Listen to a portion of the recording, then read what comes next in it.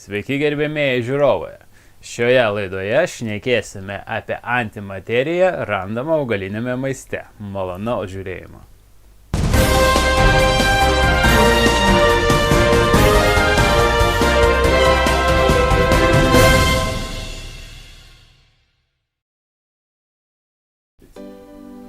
Taigi, antimaterija augaliniame maiste. Kažkur girdėta iš fizikos. Martynai, ką tu turi galvoje?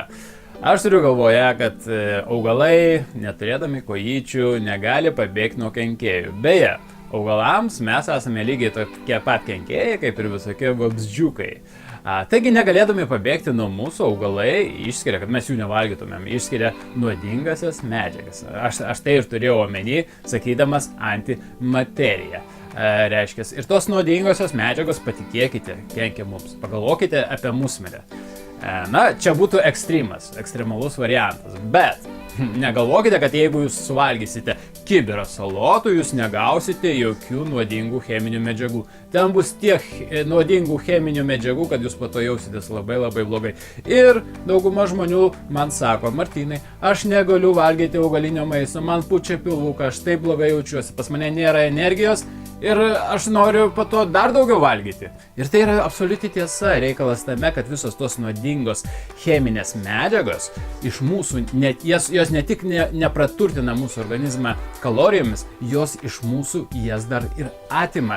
Ir be to, jeigu jūs suvalgysite kibirą salotų, kaip aš ir minėjau, jūsų kraujyje labai gali būti, kad bus randama mažiau vitaminų negu prieš tai, kai jūs valgėte šias salotas. Tai kągi daryti, Martynai, jaugi tu persigalvoji, tu taip siūliai valgyti augalinį maistą ir dabar sakai, kad tai reikia nutraukti? Ne, aš visiškai to nesiūlau. Tiesiog augalinį maistą reikia taip pat dar ir gaminti. Dauguma žmonių galvoja, jeigu brokolį tenais pakepti ar pagarinti, tai turbūt iš jo nieko nelieka, jis miršta, jį reikia valgyti žalį. Tikrai ne. Brokolį, o taip pat ir morkas, taip pat ir pomidorus, neskubėkite pjaustyti, daryti salotas, taip pat ir saldžiuosius pipirus ir absoliučiai viską, išskyrus gal kokią arugulą, aš nesu gaminęs arugulas, o arugulas salotas labai skanios. Taigi, visą tą dalyką, netgi špinatus, netgi salotų lapus, viską galima gaminti. Taip. Ir pavyzdžiui, ką daro azijiečiai? Jie nevalgo jokių salotų ir yra priežastis. Jie nuo seno yra pastebėję, kad suvalgais salotas ir viskas, pilvas išsipūtęs, dirbti negali. O azijiečiai, žinote, kokie darbštus, kokie japonai darbštus, kiek jie ilgai gyvena. Mums turbūt reiktų pasitempti iki jų. Taigi jie nevalgo jokių salotų, jie turi savo wok, reiškia tas keptuves, ir tenais tiesiog visą tą kibirą, ką mes vadinam salotų, sumeta ir ant riebalų kepa, neilgai, 10-15 minučių viskas. Ir tai valgo. Tai būtent tai aš jums ir pasiūlyčiau daryti patiems. Nebūtinai ant wok keptuvės, taip pat gali būti satė keptuvė, reiškia nerūdintis plienas. Taip pat galima, žinoma, ir garinti, bet nepamirškite įdėti krūvos riebalų į ten, nes reiškia riebaluose skaidomi vitaminai jums kitaip neįsisavins. O mums reikia visų vitaminų. Ir riebaluose skaidomų, ir reiškia vandenyje skaidomų, taip pat polifinai, dauguma polifinų taip pat reikalauja riebalų, kad jie puikiai įsisavintų. Taigi nepamirškite valgyti riebiai, nesvarbu, kad jūs valgote, reiškia, gamintas daržoves.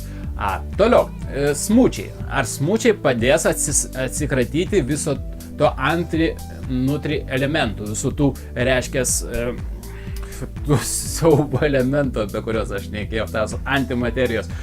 Taip, smučiai iš tikrųjų užmuša visą tai, nes jie užmuša augalą, užmuša visą jo pasipriešinimą.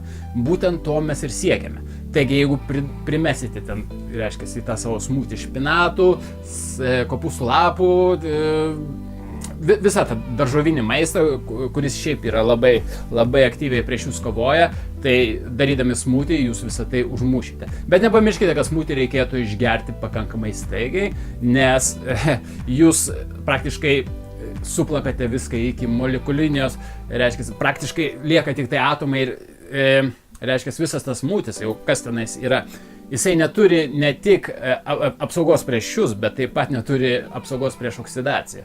Taigi visą tai ganėtinai greitai oksiduojasi, išgerkite greitai. Įpurškite ten taip pat, reiškia, citrinos rūgšties.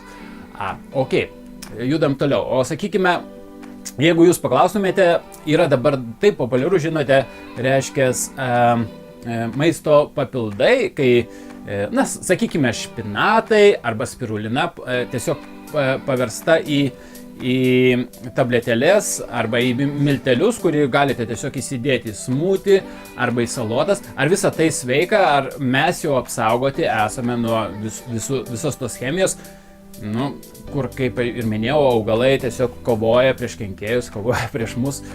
Taip, jeigu, reiškia, maistas buvo sudžiovintas ir sąžiningai ir paverstas į tas tabletėles ar į miltelius, jūs galite valgyti visą tai be jokios baimės.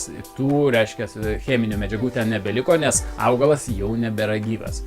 Nes nežiūrėkite, reiškia, maišas salotui vis dar tie augalai yra ganėtinai aktyvūs.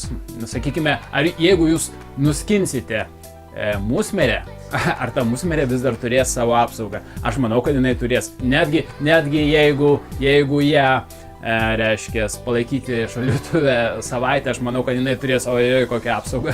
Ir žinoma, yra būdų tiesiog atsikratyti tos apsaugos, taigi apie tokius būdus ir šneku. Tiesa, iš musmirės nedarykite smūčių. Šiaip, apie musmirės iš viso užmirškite, ši laida ne apie musmirės, baigiame apie musmirės.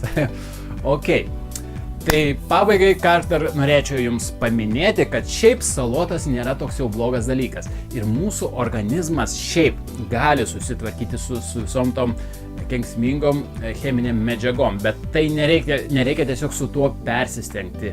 Jeigu darote salotas, būtinai įpurškite tenais citrinos. Būtinai įpurškite ten citrinos ir aš patarčiau netgi įpilti nors jau vieną šaukštą, reiškia, obuolių acto, kam? Kad pakelti savo kūno rūgštingumą ir tada jūsų organizmas kur kas geriau tvarkysis su visais tais nuodais. Dar paminėsiu, kad reiškia, aš daugumoje šnekėjau apie salotas ir daržoves, bet riešutuose ir saulėgrąžose taip pat yra randamas visos tos kenksmingos medžiagos, taip pat netgi riešutai kovoja su kenkėjais, kovoja su mumis. Ir šiaip, jeigu jūs turite problemų, jeigu jums nuo riešutų pastoviai pučia pilvą, jūs nesijaučiate labai gerai, gal turite kažkokios alergijos, tai aš jums patarčiau, tiesiog yra toksai būdas nuplauti, reiškia, visą tai. Nes visas ta chemija ant riešutų, sakykime, ir saulėgrąžų yra ant viršaus. Tai jeigu jūs pamirkysite parą laiko riešutus vandenyje ir nupilsite ir nuplausite, tai tos, reiškia, apsaugos praktiškai ir nebeliks ir galėsite saugiai valgyti. Yra netgi daug būdų, reiškia, kaip galima padaiginti riešutus ir netgi po to paskrudinti ir pabarstyti jūros druskele, kas turbūt labai skanu, arba tiesiog panaudoti, reiškia, medų, kas irgi pilnai yra normalu ir sveika. Taigi yra daug būdų, na, žinoma, mes jums visą tai papasakosime kitose mūsų laidose, kaip visą tai padaryti skaniai. Gerai, šiai laidai tiek, tikiuosi daug ką sužinojote, nepamirškite prenumeruoti mūsų kanalą, nepamirškite paspausti, ar jums patiko ši laida. Ir nepamirškite pasidalinti mūsų laidomis su savo draugais, nes tai yra labai svarbu ne tik mums, bet taip pat ir jūsų draugams ir jums. Viso gero.